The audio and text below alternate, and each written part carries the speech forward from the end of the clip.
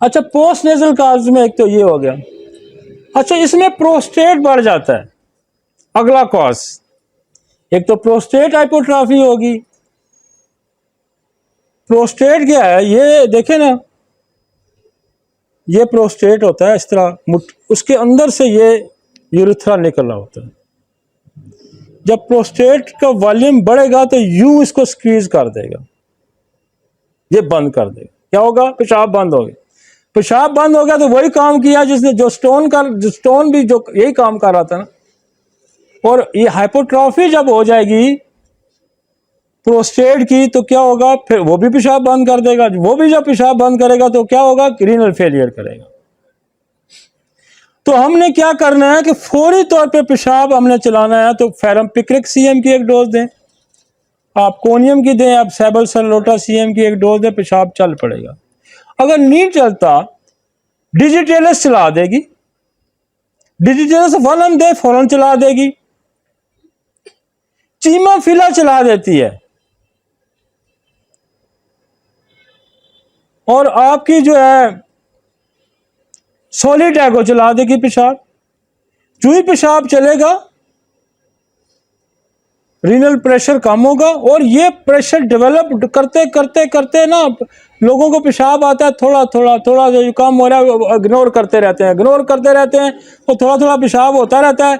Ultimately क्या होता है कि वो प्रेशर डेवलप हो के क्या होता है, पीछे किडनी पे प्रेशर पड़ जाता है और अचानक गुर्दा फेल हो जाता है।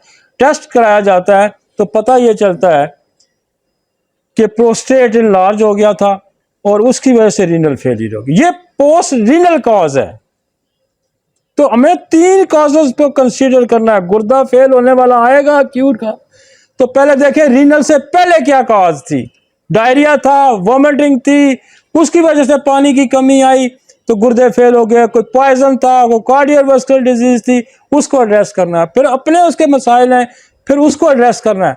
फिर उसके बाद के मसाइल हैं। अब देखें, आप बेशक मॉर्फिनम दे दें, आप बेशक उसको जिंजबर दे दें, आप क्यूप्रम आस देते रहें, आप गुर्दे की दवाइयां देते रहें, तो यार आपने काज आगे उसकी और पड़ी है, उसके तो पथरी फंसी हुई है, तो आप गुर्दे फेल होने की उसकी अपनी दवाइयां दे रहे हैं, ये गलत हो रहा है। तो केस को समझ के डील करें। 3 इसम फौरन गुर्दे फेल का केस आ गया आपके पास एक्यूट, तो 3 हिस्सों में फौरन तकसीम करें। पहला काज गुर्दे से पहले कोई वजह होगी है, गुर्दे की अपनी वजह है, और उसके बाद मेरे पास एक केस आया, उसके गुर्दे फेल हो गए, और मेरे पास जो टेस्ट आया बड़ा इंटरेस्टिंग केस है। उसमें प्रोस्टेट हाइपोट्रॉफी थी।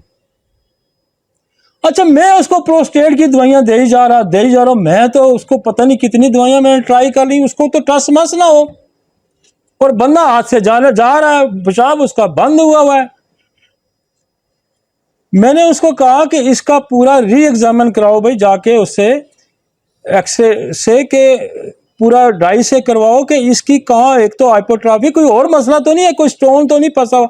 और पता लगा कि उसको यूरिथ्रा का स्ट्रक्चर भी साथ था। अब 2 प्रॉब्लम हो गए, एक यूरिथ्रल स्ट्रक्चर हो गया, नाली तंग होगी, उसने पेशाब बंद कर दिया, और हाइपोट्रॉफी होगी। 2 चीजें, 2 कॉजेज आ गए। मैंने उसको एक डोज में डोरिनम की दी, एक थूजा की दी, एक एसिड नाइट्रेट की दी, और मैंने क्लैमेटस उसको दी।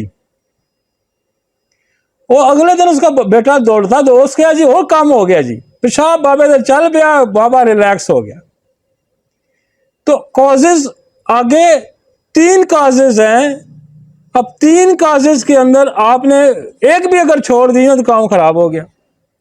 स्टोन की कॉज है, हाइपोट्रॉफी की कॉज है, और स्ट्रक्चर की कॉज है। और ये स्ट्रक्चर की कॉज जो है ना, ये मैंने देखा है कि सर्जरी से भी नहीं ठीक होती।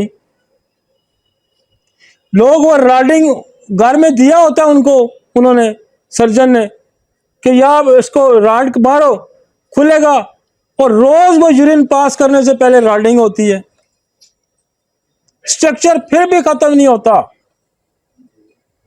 और आपकी ये जो दवाइयां है ना, क्लैमेटस है, बहुत अच्छा स्ट्रक्चर को ठीक करती है, पल्सटीला बहुत अच्छा स्ट्रक्चर को ठीक करती है, प्लम्बोमेट स्ट्रक्चर को ठीक। तो कहने का मकसद ये है कि हम अच्छे तरीके से डील कर सकते हैं अगर हम उसको समझ के दवाई दें। और हर काज की दवाई बदलती जाएगी। अब धड़म से तो नहीं कि हमारे पास, तो मैं आपको बताऊं आज से 25 साल पहले भी हमने गुर्दे पे इतना काम किया। मार्फिनम पाकिस्तान पे मंगवाई मैंने है, मार्फिनम सीएम की मैंने मंगवाई है। हमने 25 साल पहले मार्फिनम का इस्तेमाल करवाया। ये दवाइयां जिंजबर आप डोलिसस की देखें ना, नीचे लिस्ट जो ज्यादातर डोलिसस की आई हैं। और मैंने तो डॉक्टर तारक ने बैठ के रातों रात 300 दवाइयों की लिस्ट बनवाई थी ये सीएम की, जिसमें जिंजबर आई है, जिसमें क्यूप्रोमार्स आई है, जिसमें मार्फिनम आई। तो डायरेक्ट किडनी पे हम अटैक करते हैं, हम फेलियर में जाएंगे, हम नाकाम होंगे। पहले उस कॉज को फौरन एड्रेस करें, उस कॉज के मुताबिक दवाई दें, मसला हल हो जाएगा। ठीक हो गया जी। एक्यूट रीनल फेलियर, हाँ स्ट्रक्चर की दवाइयां बताइए ना यार, क्लेमेटिस एसिड। स्ट्रक्चर में आपको बताता हूँ, ये पेशाब की नाली है। ये मोस्टली मैं आपको बताऊं किन को होता है। एक तो जिनको किसी वजह से उनको लगता है वो क्या कहते हैं यार, कैथरेटर, किसी वजह से कैथरेटर लगता है, कैथरेटर ने अंदर इंजरी कर देनी है यूरेट्रैक। अब होता है कि जैसे आपको यहां जख्म हुआ ना, अब ये जख्म जब हील होगा तो इस पे खंड सा बनता है। खंड शब्द है, खंड बन जाता है ना, इस पे लेयर आ जाती है, ओवर ग्रोथ हो जाती है। अब वो जो ओवर ग्रोथ है इसको कहते हैं स्ट्रक्चर। ये पेशाब की नाली को तंग कर देगा। ये ऐन उसी तरह है कि जैसे हार्ट अटैक होता है तो क्या होता है, वहां क्लॉट जमा हो जाता है, प्लेट जमा हो जाता है। इसके अंदर ये स्ट्रक्चर बन जाता है। और ये स्ट्रक्चर फिर और किसको बनता है? ये स्ट्रक्चर उन लोगों को बनता है जिनको गोनोरियल इन्फेक्शन होता है, या क्लामेडिया हो गया, या कोई इन्फेक्शन हो गया। तो यूरेथ्रा की नाली के अंदर इन्फेक्शन हुआ और वहां उसने जख्म बनाया। वो जख्म आपने एंटीबायोटिक ली, आपने कोई दवाई दी, वो हील हो गया और उसने वो खंड बना लिया। और चूंकि पेशाब की नाली को अगर आप देखें, एग्जामिन करें, तो वो बहुत ही बारीक है। उसके अंदर एक फर्ज करें आधी ग्रोथ होगी, पूरी ग्रोथ ही उसने नाली को, बाज़ दफा ग्रोथ वो जो खंड है इतना मोटा हो जाता है कि पूरी नाली को ब्लॉक कर देता है। तो हम वैसे इसमें परसटीला भी मैं यूज करता हूं, मैं क्लेमेटस को भी यूज करता हूं, लेकिन वो जो बाबे वाला केस है उसने हमें बड़ा सबक सिखाया। हमने एसिड नाइट्रिक लगा के जब इसको क्लेमेटस को इस्तेमाल किया ना, तो अब जितने स्ट्रक्चर के केसेस आते हैं हम उनको क्या करते हैं, एक डोज मेडोनिनम की दे देते हैं कि शायद कोई गोनोरियल प्रॉब्लम हो, एक एसिड नाइट्रिक की दे देते हैं, या थूजा दे के एसिड नाइट्रिक दे के फिर हम क्लेमेटस देते हैं।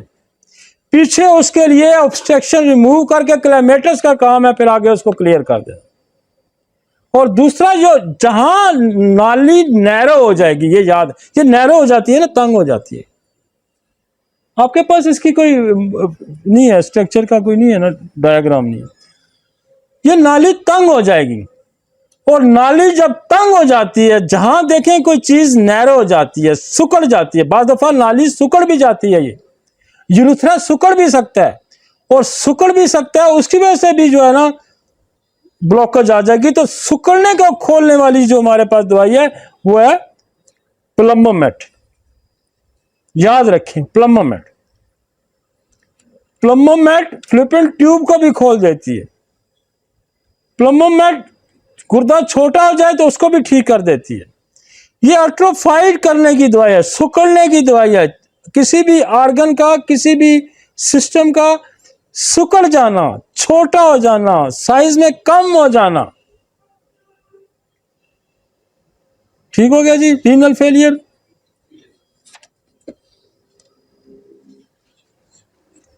मैं आप ये जो रीनल फेलियर के दुनिया में इतने मरीज हैं ना, इतने मरीज हैं कि अगर आप, मैं तो क्रॉनिक पे अभी गया ही नहीं हूं ना। एक रीनल फेलियर को बंदा समझ के कहे ना मैं गुर्दों का इलाज करता हूं, तो ये गुर्दों के इलाज को दुनिया में बड़ा मुश्किल है। लोग डायलिसिस पे जाते हैं, ट्रांसप्लांट पे जाते हैं, लेकिन यार अगर आप 100 में से 50 भी ठीक करते हैं तो होम्योपैथी की बड़ी कंट्रीब्यूशन है। और ये 100 में से 50 नहीं, 100 में से 80-90 ठीक करती है। अगर आप समझ के दें तो 100 में से 100 भी ठीक हो सकते हैं, लेकिन आप थोड़ा सा भी समझ के दें तो 50% भी अगर दुनिया में गुर्दे के मरीज ठीक कर लेते हैं तो यार आपकी कितनी बड़ी कंट्रीब्यूशन है होम्योपैथी की। तो क्या हम सिर्फ देखो ना, हमें इसके काज को समझना है। उसका पानी कम हो रहा है, पानी क्यों कम हो रहा है? आप उसको दूर ही नहीं कर रहे, आप उसको मार्फिनम दे जा रहे हैं, जिंजबर दे जा रहे हैं, आप क्यूप्रोमाल दे जा रहे हैं, आप और दवाइयां दे जा रहे हैं, खामखा टकरे मार रहे हैं ना। वोमिटिंग हो रही है, उल्टी रोके उसकी, डायरिया उसको डायरिया रोके ठीक हो, तो वो जब ठीक होगा तो गुर्दा पे गया ठीक हो गया।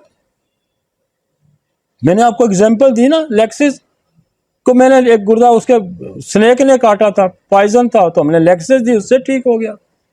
उधर स्टर्नेशियम कार्ब दी डिलीवरी के बाद, तो उससे वो ठीक हो गया। तो जो ही वो काज रिमूव करेंगे बंदा आपका ठीक हो जाएगा। नेक्स्ट चलें जी।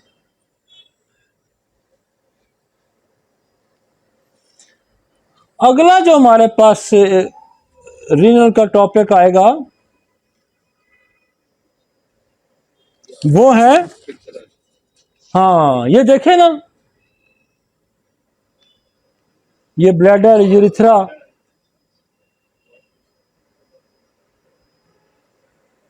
वो दे ना यार। अब ये देखें, ये प्रोस्टेट, ये यूरिथ्रा निकल गया, प्रोस्टेट बड़ा तो इसने ब्लॉक कर दिया। ये कोई और ऑब्स्ट्रक्टेड हुई यहां पे यूरेटर में, इसने ब्लॉक कर दिया। ये देखें, ये प्रोस्टेट, और ये यूरेथ्रल स्ट्रक्चर देखा, ये देखें, ये यूरेथ्रा है, इसके अंदर ये देखें ना, ये नाली कितनी छोटी हो गई है, साइज कम कर गया। ये यूरेथ्रल स्ट्रक्चर है, यहां कोई चीज फंस किया तो उसकी वजह से, ये प्रोस्टेट की वजह से हो गया। समझ आ गई जी?